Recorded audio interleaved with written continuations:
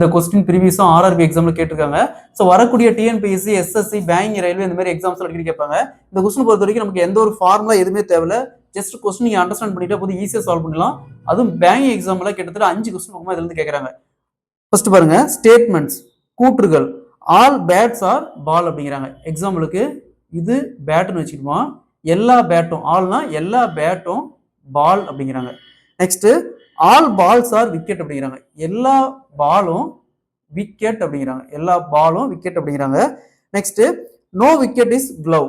விக்கெட்டுக்கும் க்ளவுக்கும் எந்த சம்மந்தமும் இல்லை அப்படிங்கிறாங்க. ஸோ நமக்கு இந்த மீனிங்லாம் தேவையில்லை, இந்த வேர்ட்ஸுக்கு மீனிங்லாம் தேவையில்லை. ஜஸ்ட் இதுக்கு நம்ம ஜஸ்ட் இந்த மாதிரி வென் டயக்ராம், இந்த டயக்ராம் பேர் வென் டயக்ராம், இந்த டயக்ராம் போட்டு சால்வ் பண்ணா போது ஈஸியாக கொஸ்டின் சால்வ் பண்ணிடலாம். நெக்ஸ்ட் கன்க்ளூஷன், முடிவுகள் பாருங்க. First some balls are bad அப்படிங்கிறாங்க. அதாவது கொஞ்சம் பால் பேட் அப்படிங்கிறாங்க. பாருங்க, கொஞ்சம் பால் பேட்ல இருக்கு. அப்போ இது ஃபர்ஸ்ட் கன்க்ளூஷன் ஃபாலோ பண்ணுது. ரெண்டாவது கன்க்ளூஷன் பாருங்க, சம் விக்கெட்ஸ் ஆர் பால் அப்படிங்கிறாங்க. ஸோ விக்கெட்டுங்கிறது சம் விக்கெட்ஸ் ஆர் பாலா இருக்குது. கொஞ்சம் விக்கெட் பாருங்க பாலா இருக்குது. அப்ப ரெண்டாவது கன்க்ளூஷன் ஃபாலோ பண்ணுது. So conclusion 1 and 2 follow. Option C is the correct answer.